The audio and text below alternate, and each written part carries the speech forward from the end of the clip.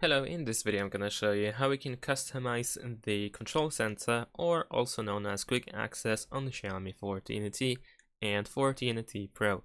So let's open the control center first. Of course you need to swipe from the top towards the middle on the right side. There you go, this is the control center. And now in order to customize it, in order to make some changes, we need to scroll just a little bit down in order to find the edit button over here. You can now press this edit button in order to start configuring these options.